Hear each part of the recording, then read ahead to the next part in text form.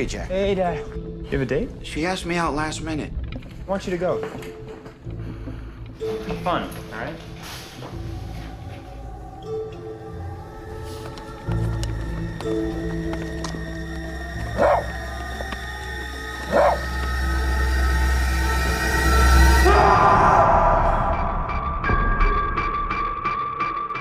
Yeah, this is Ren.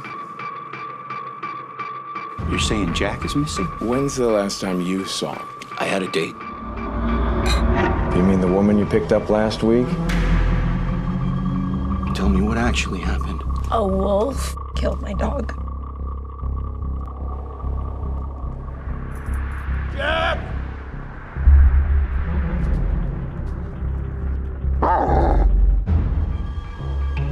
I saw a wolf. He has Jack, and nobody believes me. I know this is a lot to take in. I'm not crazy. He's out there. You're worried about the wrong person. I know my own son. Seems like you're living your life through him. You greedy little piggy.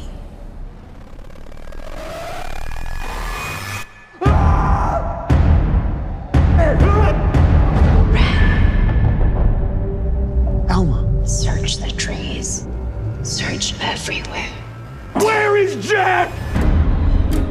Where is everybody? The whole town's coming down with something. You! Oh, I'm sorry. The wolf has my boy. We can stop him.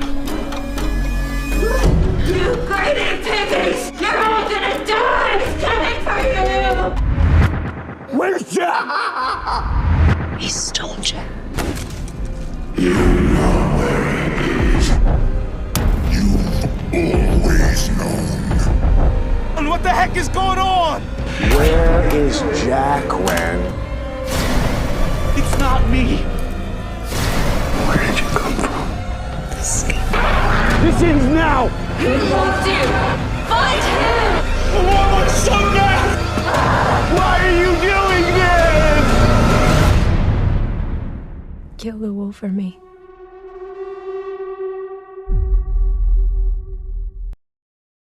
Hello, everyone. My name is Heather Hurt with the NRW, where nerds rule the world, and I am here with Michael Patrick Jann, the director of Alma the Wolf, hitting theaters this month. How are you today, sir? I'm good. How are you doing? Thanks for coming to this very intimate virtual setting. Absolutely. It's so close, so personal.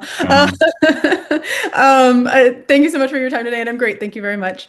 The movie is interesting. Our podcast we are really horror driven. So we were really excited to see a werewolf-esque horror hit our email boxes. But at the same time, watching this film, I don't know if it's a horror. I don't know if I'd put it in there. Would you? How do you define it? Oh, yeah, I definitely would. I would say that it is. And I would say, not only that, I would say that it's a movie that's very, that at its very core is dealing with like, working its way through all the genres of horror in a way and trying to sort of like it's been described back to me, this movie, as a genre bender. But to me, my intention with it is to actually be a genre breaker, which is to go through like a bunch of different genres of horror, like, folk horror, monster movies, go through the sort of like body horror, supernatural, like to try to like work my way through a lot of different genres and try to get in each of its segments, get the sort of pleasure out of that, of the sort of like, oh, that was gross. Oh, that's psychologically twisted. Oh, that hurts to watch. Or that's like weirdly funny, like off kilter. That's a little bit like, why is that so sexual? like why is this little piece of like queer horror sitting in the middle of this, otherwise, this movie, why is it bending back and forth between these genres? And in the end, it's a movie where there's a reason why it's bending through those things. And the important thing is that I think as you're going through the movie and you're seeing like, wait, what is this? It's not that kind of movie. It's this kind of movie. Nope. It's not that kind of movie. It's this kind of movie. And then, not to spoil the ending, but in the ending, there is a reason, like it sticks the landing in terms of why all of those disparate elements are lumped together. And they're lumped together in an attempt for the main character to hide from himself the true horror of what it is that he's done. The ultimate myth, the solution to the mystery at the core of this is an act of such extreme horror that it's unfaceable. And that's why and then in a sense, that's what horror movies are, is they put a sort of like palatable face on something that otherwise is unfaceable. You know what I mean? It's a way for you to consume the unconsumable. It's a way for, in this movie, for a character who's done something irredeemable to redeem himself, you know, through the enactment of these stories. So it's not just, I think, a horror movie that trades in, you know, the fun and the of horror movies that everybody enjoys, but there's also a reason why it then destroys all of those conventions too. And in the end, what it is it's a movie hopefully not about mediated, ameliorated horror, but it's about true horror and the nature of true madness, like people who've gone truly insane and have committed truly horrific acts. That is a phenomenal way of putting it. And to as you're saying that, that's exactly what it was. Like, it felt very horror-y, and then you got to the climactic part of the story, and you're like, is this a drama? Did I just switch into a drama somewhere? Like, well, it's I mean, hopefully it maintains its horror setting, and it maintains some of the tropes right up until the end. I mean, without giving away things, there are certain visuals. You know, the last 15 minutes of the movie, 15 to 20 minutes, sort of unravels in what is a sort of like a slow burn. Oh God, no! Like, kind of like through the whole thing. Like, you know, at about 20 minutes, you can kind of feel generally where it's headed, and it's like it's like trying to like the movie itself is almost trying to push the reality away until it can't anymore.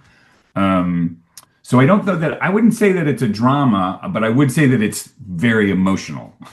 Okay, no, that's fair. That's 100% fair. I see that description, once again, the bending part, I can totally agree with, especially in that last 20 minutes. That was startling. And yeah, I can definitely the internal horror of that was definitely a big part of it. Ren, let's talk about Ren for a couple of minutes here. Who is he? Who was he to you when you were developing the story? Because his character, as you were just saying, his character goes through a lot without, you know, spoiling. Right. He goes through a lot. Who is he? Who was he when you were first developing him? Well, I mean, he's someone who, I think one thing at the center of the movie is the idea that in order to get through every human being, in order to get through their day, you need to make up a story about who you are and what it is that you're doing. Like, there's a basic, baked into humanity is a basic narrative function. And without being able to tell yourself the story of this is who I am and this is what I do, this is how I am in the world, it's literally impossible for people to get through the day. Now, can you tell a story that's close to reality, or can you not deal with the thing that you do all day long? Do you have to tell a story where, like, no, it's not my fault, it's their fault, or I didn't do that, they did that, or like the thing I did was righteous, it wasn't terrible. Like, you tell yourself a story about this, and that Ren is a person who is having trouble dealing with his own story about himself. I'll say that without giving away the ending. Perfect. There we go. I got that notice too. All right, guys, my time is up. Hey, those were great questions. Thank you. Thank you, Michael. Thank you so much for your time. Alma and the Wolf arrives in theaters and in select theaters and on digital on June 20th. Thank you so much. You have a good day, sir.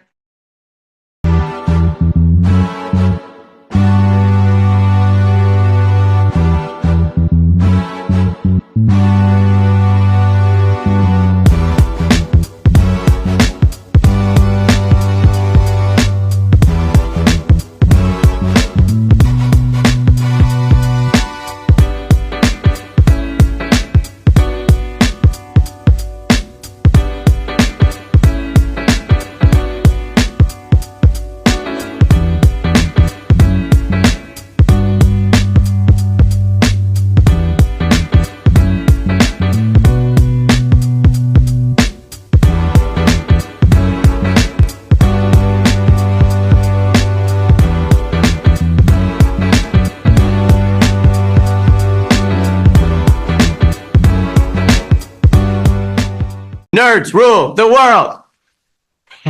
Pleasure chatting with you. Love to all my nerds who rule the world. Yeah.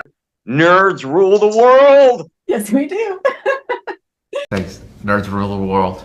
Thank you. I love the nerds ruling the world, so more power to you. Patrick, what up, man? And yes, they do. Nerds rule the world, kid. Yes, you know sir. I'm one Thank of you. Awesome. Kuya P, nerds rule the world. Hello. Yes, they do. Yes. Oh, nerds rule the world. I got. It's in the title of your show, like nerds rule the world. Like I want more black weirdos on screen, and I don't feel like we ever get to see that very much. Thank you so much. Nerds do rule the world. Yes. Thank you. Thank you, nerds rule. Love it. Hello, Sarah. Hello, Julian. Nerds rule. Yes, Rock on. I love it. Thank you so much. It's good to see you. I love Nerds Rule the World. But yeah, there's a heavy nerd component, man. Yeah. And at the end of the day, if you ask me, nerds rule the world. So absolutely. And you're right. Nerds do rule the world. we're just the best. Yes. Thank you, ladies. Nerds so much. Yes. Thank you, guys. Bye. It's your boy Kuya P. Nerds rule the world. Thank you so much, guys. I appreciate you. They rule the world all right. Yes. Take care, Tony. Thank you, guys.